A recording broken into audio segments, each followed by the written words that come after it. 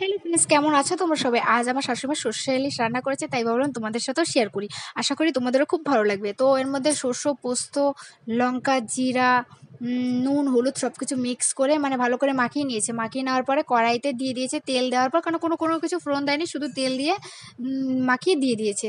তার মধ্যে মানে ভেজে এপিট ওপিট করে জল দিয়ে দিয়েছে। তো আমি তো ইলিশ মাছ সর্ষে ইলিশ করতে পারি না, তো ভাবলাম শাশুড়িমার সাথে শিখি আর তোমাদের সাথেও শেয়ার করি। তো ১০ মিনিটের মধ্যে ঢেকে দিয়েছে, ঢেকে ঢাকনাটা তুলে দিয়েছে। তুলে দিয়ে মাছটা একটু ভালো করে নাড়াচাড়া করে নিয়েছে। তারপর ধনিয়া পাতা মানে দিলেও চলে, না দিলেও চলে। শাশুড়িমা বলেছে দিলে খুব টেস্ট হয়, তার জন্য উম কেটে তারপর দিয়ে দিয়েছে। দিয়ে ভালো করে একটু নাড়াচাড়া করে নিয়েছে। উম করে নেওয়ার পর তারপর গ্যাসটা বন্ধ করে দিয়েছে। আর আমাকে বলেছিল যে আমাকে নামিয়ে দেওয়ার মানে আমাকে বলেছে যে তুমি নামিয়ে দিও। তাই আমি নামিয়ে দিয়েছি। তো ফ্রেন্ডস, তোমাদের কেমন লেগেছে আমাকে অবশ্যই কমেন্ট করে